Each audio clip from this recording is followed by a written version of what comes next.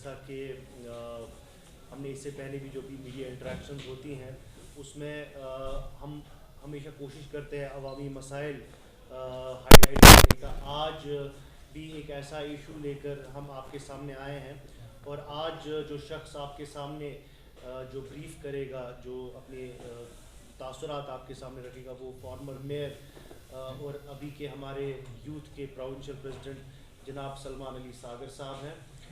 उन्होंने कुछ डेटा जो कंपाइल किया है रिगार्डिंग स्मार्ट सिटी प्रोजेक्ट जो चल रहा है पूरे श्रीनगर सिटी में, तो उसी पे जो है एक प्रेस कॉन्फ्रेंस देना चाहते हैं। तो मैं उनसे गुजारिश करता हूँ कि वो अपनी ब्रीफिंग स्टार्ट करें। बिस्मिल्लाहिर्रहमानिर्रहीम। आप सब मीडिया के दोस्तों का शुक्रिया बहुत बहुत यहाँ आने का। इमरान साहब का भी शुक्रिया जिनने हमारी अपनी कम्युनिकेशन से ऑर्गेनाइज कराई ये प्रेस कॉन्फ्रेंस।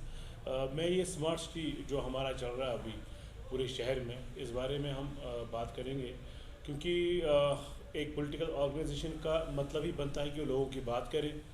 हम समझते हैं यहाँ की जो स्मार्ट सिटी का प्रोजेक्ट है ये लोगों को परेशान करने के लिए ज़्यादा है बजाय लोगों को आराम पहुँचाने के लिए। What is smart city? Smart city होनी क्या चाहिए? स्मार्ट सिटी का एक आइडिया क्या है? स्मार्ट सिटी का आइडिया जनरली ये है, कोर आइडिया ये है कि भाई आपको एक गुड गवर्नेंस वाली एक अच्छी स्मार्ट सिटी चाहिए जिसमें आपको बेसिक्स मिले जिस सिटी में। लाइक आपको एडुकेट वाटर सप्लाई मिले, आपको एडुकेट पावर सप्लाई मिले, अनइंटरप्टेड पावर सप्लाई मिले, आपको बेस्ट सैनिटेशन मिले, आपके पास मॉडर्न पैटर्न पे जो है सॉलिड वेस्ट मैनेजमेंट के प्रोग्राम हो। वो स्मार्ट सिटी के कुछ ऐसे नुक्ते हैं जहां हम कैसे स्मार्ट सिटी की शुरुआत हो सकती है। उसके आगे हम चलेंगे तो हम कहेंगे अर्बन मोबिलिटी ट्रांसपोर्ट सिस्टम जो होगा, एफोर्डेबल ट्रांसपोर्ट सिस्टम जो होगा लोगों के लिए, जो लोग एफोर्ड कर सकते हैं। अच्छा, मॉडर्न ट्रांसपोर्ट सिस्टम जिसमें इंटरनेट कनेक्टिविटी भी हो, वो मॉडर्न सिटी और वो मॉडर्न स्मार्ट सिटी की बात अगर हम करेंगे तो उसमें ये सब चीज़ें आती हैं। मॉडर्न सिटी में अगर बात करेंगे हम हाउसिंग फॉर पुअर जो है, अर्बन हाउसिंग फॉर पुअर जो है वो कॉन्सेप्ट होना चाहिए। अगर आप आज की मॉडर्न जो स्मार्ट सिटी का प्रोग्राम देखेंगे जो अभी चल रहा है, ये सिर्फ रोड्स को तोड़ जोड़ने का काम चल रहा है, कुछ लोगों को कॉन्ट्रैक्ट देने का काम चल रहा है। और शायद G20 का जो हमारा समिट जिसको हम वेलकम करते हैं, ये पूरे इंडिया में हो रहा है। This is proud moment for country की G20 यहाँ हो रहा है और हम उसको वेलकम करते हैं as an organisation. At the same time लेकिन जो तबाही शहर की हो रही है, ये किससे पूछ के हो रही है, कहाँ से हो रही है, क्यों हो रही है, क्या इसकी ज़रूरत थी? अब मैं इसमें ये आपको ज़रूर बताना चाहूँगा कि इसमें प्रॉब्लम्स में क्या आ रही है। जो हम डेटा की बात कर रहे थे, जैसे इमरान साहब ने भी कहा, हमारे जो रोड्स हैं ये पिछले 35-40 साल से हम इस पर एफर्ट लगा रहे हैं। जितनी भी गवर्नमेंट्स आई है, पर्टिकुलरली इलेक्टेड गवर्नमेंट जो आई है, उन्होंने रोड्स वाइड किए हुए हैं। चाहे आप मौलाना आज़ाद रोड ले लीजिए, चाहे आप करण नगर के ये जो हॉस्पिटल्स के रोड, स्टेट हॉस्पिटल्स के रोड ले लीजिए, ये सब रोड कोई 4 लाइन कोई 6 लाइन हो गया है। आज आप जाइए, मीडिया के हमारे जो दोस्त हैं, आज आप जाइए, आज ये रोड श्रिंक होके 2-2 लेन्स पे आ गए, 2 लेन रोड बन गया हुआ है। अल्टीमेटली सरकार चाहती क्या है? ये लोगों को आराम देना चाहती है कि लोगों को परेशान करना चाहती है? पहली बार आपने देखा कि 1 मार्च को बच्चों को 9 बजे स्कूल पहुंचना है, सिर्फ इसलिए क्योंकि भैया रोड कनेक्टिविटी जो है चौक हो जाएगी अफसर साहिबान के लिए, 10 बजे उनको दफ्तर पहुंचना है। बच्चे बेशक 8 बजे जाए, लेकिन अफसरों को पहुंचने के लिए रोड कनेक्टिविटी क्लियर होनी चाहिए, क्योंकि आपने बखेड़ा जो खड़ा कर रखा है शहर में स्मार्ट सिटी का, उसकी वजह से बच्चों को प्रॉब्लम हो जाएगा। दूसरा, अभी सरकारी फरमान जारी हो गया कि भाई MA रोड और जो मौलाना आज़ाद रोड और इसके जो अलाइड रोड्स हैं वहाँ स्कूल बसें चलेंगी ही नहीं। तो that means that is massive risk to children. जो बच्चे चलेंगे, छोटे छोटे बच्चे जो चलेंगे, क्या हमारे पास स्कूलों में हीटिंग अरेंजमेंट है जो बच्चे 8 बजे घर से निकलेंगे? नहीं है। सरकारी स्कूल में नहीं है, प्राइवेट स्कूल इस्तेमाल करते हैं नहीं, या इनफैक्ट वेल इक्विप्ड है ही नहीं। तो ये सब चीज़ें अभी जो हम देख रहे हैं आज की डेट में, ये जो मेस क्रिएट हो रहा है, ट्रैफिक कंजेशन का मेस जो हो रहा है, जो हमें आने वाले बहुत टाइम तक बर्दाश्त करना पड़ेगा। ये जो 6 लेन रोड जो 4 लेन रोड हो गया है, इसकी प्रॉब्लम्स है। करण नगर की बात मैं करूँगा आपके साथ। करण नगर में कम 22 फीट का जो है बीच पे सेंट्रल वर्ज बनाया गया अभी। अगर आप मीडिया के दोस्त कभी हमारे साथ चलेंगे वहाँ, हम आपको दिखाएंगे वहाँ, विदाउट अप्लाइंग माइंड कि ये जो रोड है ये शहर के SMHS हॉस्पिटल को कनेक्ट करती है। यही रोड सिक्किम को कनेक्ट करती है। जितने भी लोगों को यहाँ से आना है, बाईपास से आना है, उनको वहाँ से जाना है, कम से कम 20 से 25 एम्बुलेंसेज दिन को आती जाती होंगी वहाँ। अब जब आपका ऑलरेडी ट्रैफिक कंजेशन था और इस मुसीबत में आपने वहाँ 22 फीट का और एक ये बखेड़ा खड़ा कर रखा है, तो गाड़ियाँ जाएंगी कहाँ, एम्बुलेंसेज जाएंगी कहाँ? स्मार्ट सिटी का मतलब ये होना चाहिए था कि आप साइकिल ट्रैक के बदले एम्बुलेंस ट्रैक बनाएं। हमारा तो ये मानना आज की डेट में, हम अभी थोड़ा शायद पीछे हैं। हम जो साइकिल ट्रैक की बात करते हैं, वैसे भी साइकिल ट्रैक जो है कहीं भी सक्सेसफुल नहीं है इंडिया में। हमारी तो बात ही नहीं है, हम तो भी बेसिक इम्यूनिटीज़ के लिए परेशान हो रहे हैं। हमें बिजली की प्रॉब्लम है, आप आज स्मार्ट मीटर लगा रहे हैं, हमारे पास स्मार्ट मीटर लगा के ही बिजली नहीं है। हमारे पास क्या बोलते हैं इसको, वाटर सप्लाई के लिए आए दिन प्रेस कॉलोनी में लोग धरना देते रहते हैं। तो अगर ये सब स्मार्ट सिटी का प्रपोजल नहीं है, जो हमने बेसिक इम्यूनिटीज़ की बात की, तो ये इशू है। और दूसरी इंपॉर्टेंट बात इसमें यह है कि ये प्रोजेक्ट्स किन के साथ बात करके किए जा रहे हैं। बाहर के 1-2 कंसल्टेंट जिनको आप 10-15 लाख रुपए महीने की तनख्वाह दे रहे हैं, वो आके हमारे श्रीनगर सिटी का फैसला करने जा रहे हैं।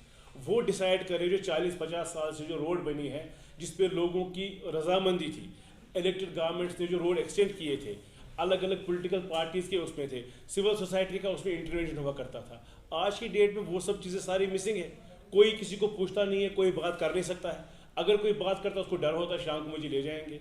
भाई ठीक है, आप कंट्रोल रखिए, हम कोई एंटी नेशनल बात नहीं कर रहे हैं, लेकिन जो बेसिक्स है, पूरा शहर परेशान है, पूरा शहर पेशेमान है कि ये जो ट्रैफिक कंजेशन है, जो रोडों की बुरी हालत है, आने वाले टाइम में हमारे साथ क्या होगा। और जो ये एक्सपेंडिचर की बात करूँगा मैं, जो इस पर एक्सपेंडिचर हो रहा है, आपने पिछले 5 साल में जहलिम बंड को 5 बार उतारा है, वही टाइल उठाए हैं, वही टाइल लगाए हैं, वही टाइल उठाए, वही टाइल लगाए हैं। एक तो पैसा खर्च, एक तो टाइम ज़ाया लोगों का, ऊपर से इस बंड में 2014 में सैलाब आया है और बार बार आप डिग कर रहे हैं इसको, बार बार आप छेड़खानी कर रहे हैं। कल को कुछ मैसिव कुछ हो जाएगा तो कौन रिस्पॉन्सिबल होगा इस चीज़ का? आप ये जो ऑफिसर जो है, जिन्होंने अनप्लान्ड तरीके से श्रीनगर सिटी को स्मार्ट सिटी का प्रोजेक्ट बनाने की कोशिश की है, साइकिल ट्रैक की बात की जा रही है, 12 इंची का 12 mm का उसमें डाला जा रहा है कंक्रीटिंग, जैसे उस पर जहाज़ या कोई बड़ी गाड़ियाँ चलानी है, जो कि रिक्वायरमेंट नहीं है शायद अभी। हमें यहाँ और भी बहुत सी रिक्वायरमेंट्स है। यहाँ लोग चावल के लिए परेशान हैं, यहाँ लोग बिजली के लिए परेशान हैं, यहाँ लोग घरों के लिए परेशान हैं, यहाँ लोग नॉर्मल रोड्स के लिए परेशान हैं। तो स्मार्ट सिटी अगर एयरपोर्ट से लेके यहाँ तक ही है तो फिर ठीक है, शायद ये कॉन्सेप्ट गवर्नमेंट के पास ही होगा। लेकिन एलजी साहब को कुछ लोग गुमराह कर रहे हैं। वो सीनियर पॉलिटिशियन है, एक्सपीरियंस पॉलिटिशियन है, यूनियन में मिनिस्टर रह चुके हैं, लेकिन कुछ लोग उनको मिससेट कर रहे हैं और हमारी हिस्टोरिकल सिटी को जो है बर्बाद कर रहे हैं। It is at the verge of destruction. और हमारा फ़र्ज़ बनता है, अवलीन फ़र्ज़ बनता है हमारी ऑर्गेनाइजेशन का, हम ये बोले कि ये डिस्ट्रक्शन नहीं होनी चाहिए, ये स्टॉप होनी चाहिए। और एलजी साहब को इसमें एक इंक्वायरी बिठानी चाहिए कि ये प्रपोजल कैसे आते हैं, ये कौन प्रपोज करता है और कितना पैसा लगता है इसमें। काम हो रहा है, 2 साल के बाद दोबारा उठाना पड़ेगा सरकार को, क्योंकि ये बहुत छोटे रास्ते हैं। 3 साल बाद आप लोग खुद देखेंगे ये रास्ते और बढ़ाने पड़ेंगे, जो शायद फारूक साहब की रिजीम में, उमर साहब की रिजीम में और कुछ बाकी रिजीम में ये रास्ते बढ़ गए थे। मेन खास तौर पे एमए रोड करनगर की बात कर रहा हूँ मैं। स्मार्ट सिटी मीन्स अच्छा लिविंग स्टैंडर्ड लोगों का। स्मार्ट सिटी एक जानिब से बिल्डोजर चल रहा था, दूसरी जानिब से उससे अटेंशन अब थोड़ा सा ख़त्म हो गया, दूसरी जानिब से अब टैक्स।